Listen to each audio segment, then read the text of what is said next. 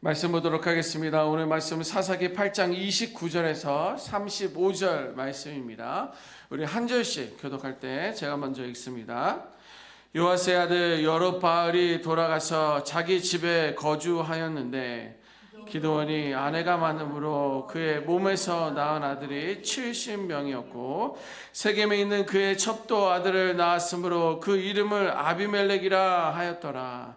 요아스의 아들 기드온이 나이가 많아 죽음에 아비에셀 사람의 오브라에 있는 그의 아버지 요아스의 묘실에 장사되었더라. 기드온이 이미 죽음에 이스라엘 자손이 돌아와서 바알들을 따라가 음행하였으며 또 바알브릿을 자기들의 신으로 삼고 이스라엘 자손이 주위의 모든 원수들의 손에서 자기들을 건져내신 여호와 자기들의 하나님을 기억하지 아니하며 함께 읽습니다. 또 여룹바알이라 하는 기드온이 이스라엘에 베푼 모든 은혜를 따라 그의 집을 후대하지도 아니하였더라. 아멘. 기드온은 하나님의 도우심으로 미디안을 무찌르고 평안을 가져온 그러한 인물입니다. 그러나 그의 마지막 모습과 이스라엘의 반응은 또 다른 영적 교훈을 오늘 이 아침 가운데 우리들에게 말씀해 주고 있습니다. 29절 말씀을 보면 기드온은 전쟁 후에 평안한 삶을 누리며 살았다 이렇게 기록하고 있습니다. 이어서 나오는 30절에서 31절에는요 기드온에게는 많은 아내가 있었다 이렇게 말하고 있습니다. 한 아내도 감당하기 어려운데 이 많은 아내들은 이게 은혜인지 저주인지 보니까 성경은 많은 아내가 있었고 그 아내들에게서 70명의 아들을 낳았다라고 말하고 있습니다. 한 명의 아내로는 불가능한 것 같은데 정말 70명의 아들까지도 기록하고 있고요. 또 심지어 성경은 첩이 있었는데 첩의 아들의 이름을 기록하고 있습니다. 70명의 아들의 장자 이름도 기록하지 않았는데 첩의 아들의 이름은 아비멜렉이라고 하면서 이렇게 언급하고 있습니다. 32절 말씀 보면 기드온은 장수한 후에 평안히 죽게 되었다. 이제 생명을 다하게 되어서 이제 평안히 죽게 됩니다. 자, 여기까지 보게 되면 기드온은 순탄하고 평탄한 기드온의 모습임을 우리는 볼 수가 있습니다. 그러나 그 이후 그 기드온이 죽은 이후에 33절 한번 계속 보면 이스라엘은 다시 바알을 섬겼다라는 거예요. 이스라엘이 다시 돌아와서 바알을 섬기고 하나님을 잊었다라고 성경은 기록하고 있어요. 이스라엘 백성들조차도 기드온의 후손들을 후대하지 않았다. 어떻게 그렇게 어려운 시기들을 살아가고 심지어 어떻게 했습니까?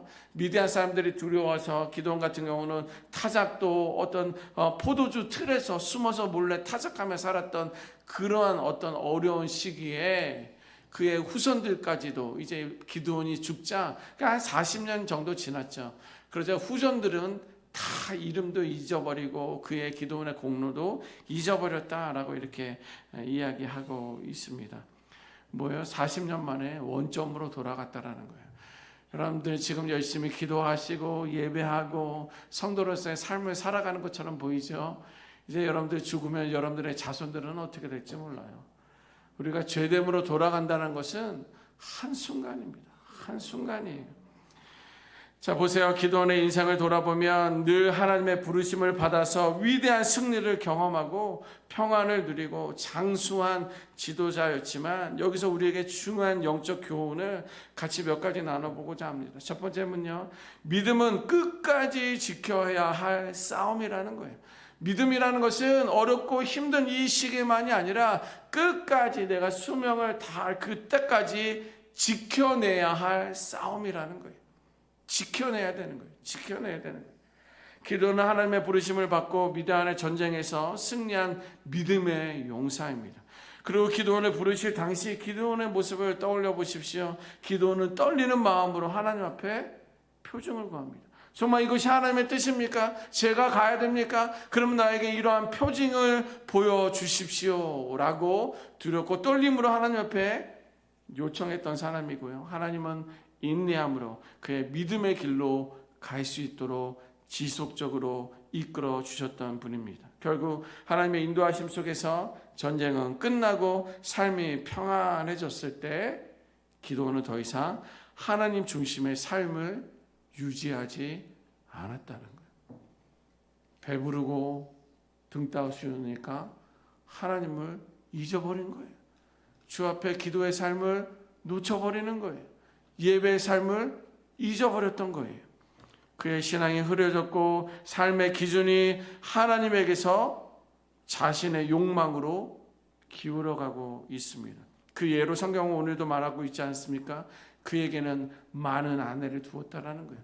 그 마음의 생각이 그런 것들로 빠져가고 있었다라는 거예요. 심지어 첩까지 두며 아들을 낳았는데 그 아들 이름이 아비멜렉이라고 하지 않았습니까? 그 아비멜렉의 뜻은 뭐냐면 내 아버지는 왕이다라는 거예요.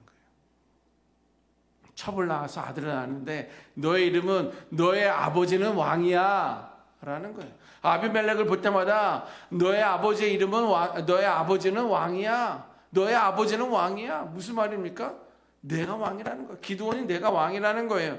자신은요, 정말 이스라엘 백성들이 왕을 요구했지만 거부를 하면서 우리들의 왕은 하나님이시다 라고 분명히 말했음에도 불구하고 겉으로 나는 왕이 되지 않겠다라고 말했지만 첩의 아들의 이름을 지으면서 한켠으로는 왕처럼 살고 싶은 욕망과 야망이 그에게는 있었다는 거예요.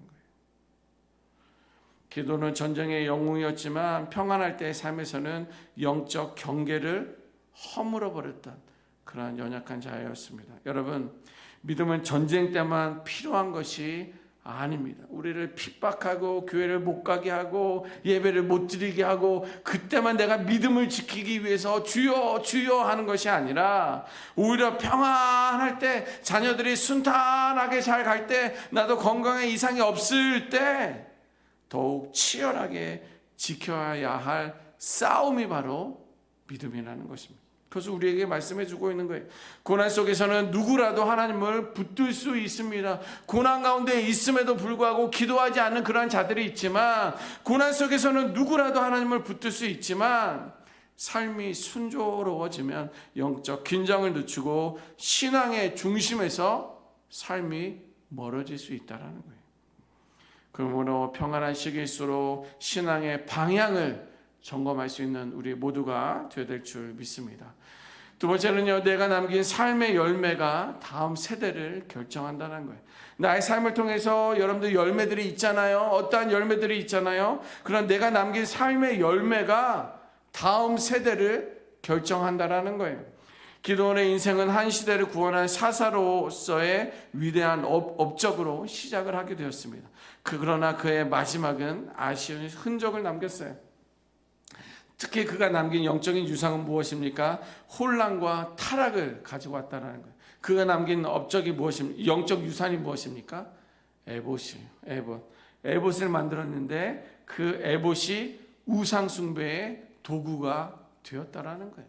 하나님이 이렇게 인도하시고 우리로 하여금 평탄케 하시고 승리케 하셨어 라고 만들면서 기억하면서 만들었던 그 에봇이 신앙의 잘못된 유산으로 후손들에게 남겨졌다라는 거예요. 온 백성에게 올무가 되었다라는 거예요. 많은 아내를 두고 첩의 아들 아비멜렉이라는 이름을 주었는데 그 아비멜렉이 그의 아들들인 그 형제들인 70명의 아들들을 다 죽였습니다. 말이 됩니까? 그 형제들을 다 죽였어요. 70명을 다 살해했어요. 기드온의 삶의 방식과 선택이 다음 세대에게 어떤 영향을 줬는지 보여주는 거예요.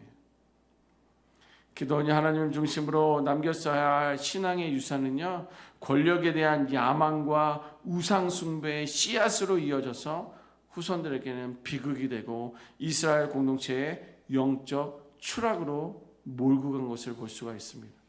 여러분, 내가 오늘, 여러분들 각자가 오늘 어떤 신앙의 선택을 하느냐에 따라서 여러분들의 가정, 여러분들의 자녀, 또 우리의 믿음의 공동체, 그리고 우리가 죽었을 이후의 다음 세대가 영적으로 건강할 수도 있고 혼란으로 멸망의 길로 갈 수 있다는 것을 반드시 기억해야 됩니다.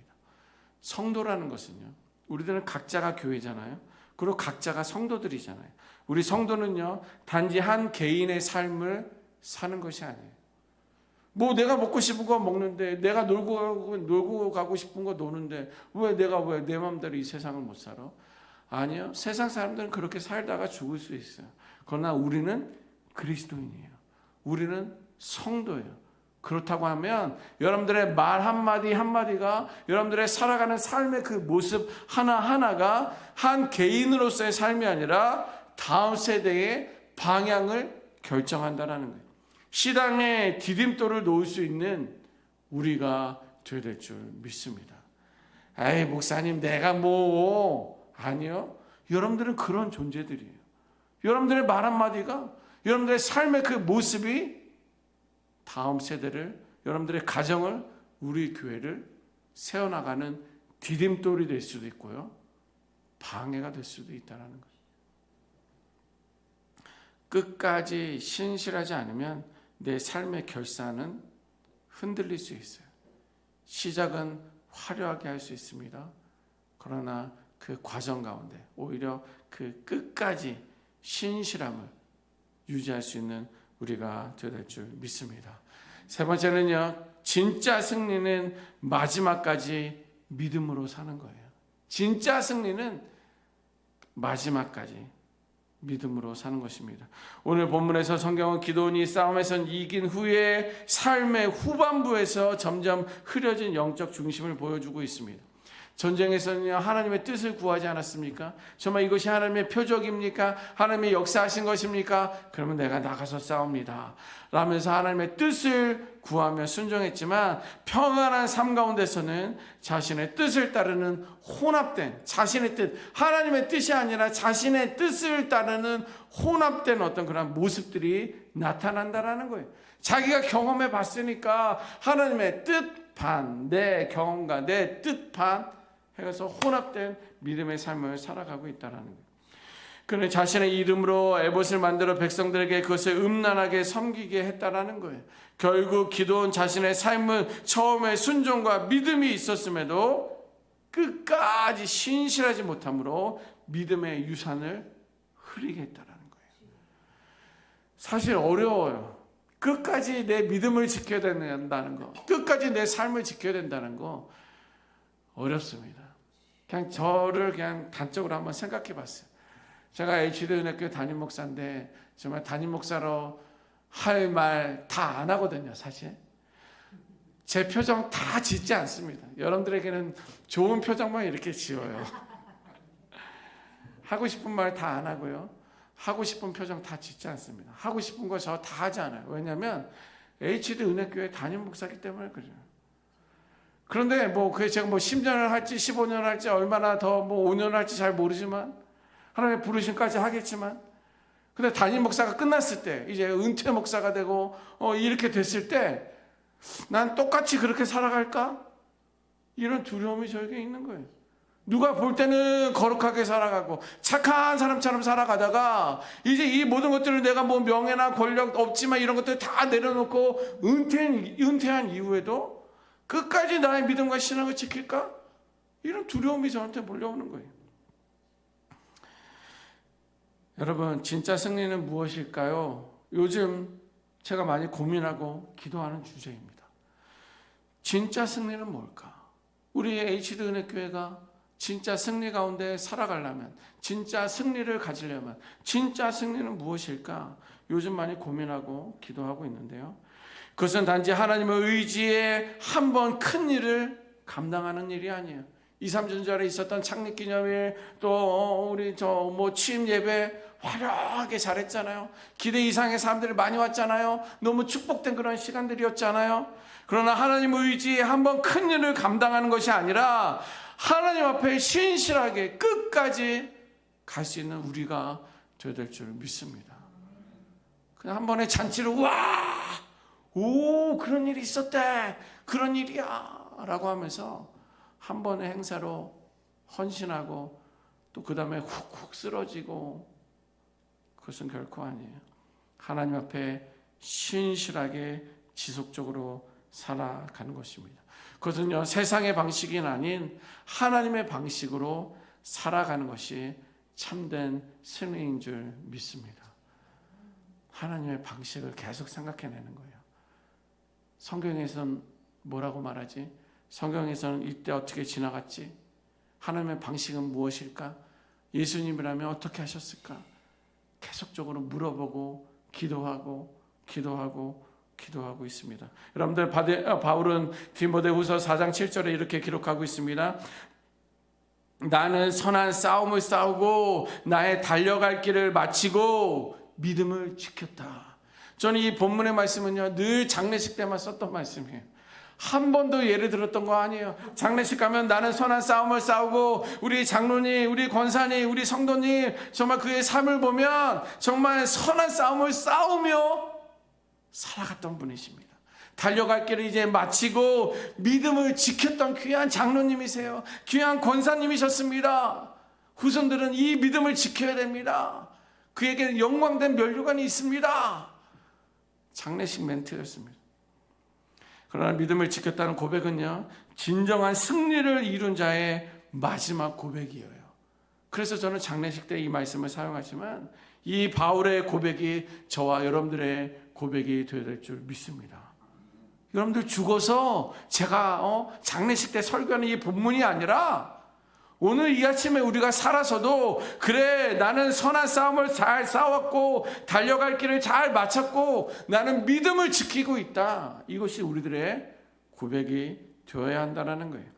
여러분, 승리는요, 한순간에 완성되지 않습니다. 하나님의 사람은 전쟁뿐만 아니라 평안한 삶에서도 하나님 앞에 신실해야 될 줄 믿습니다. 하나님은 오늘 이 아침에 우리에게 묻습니다.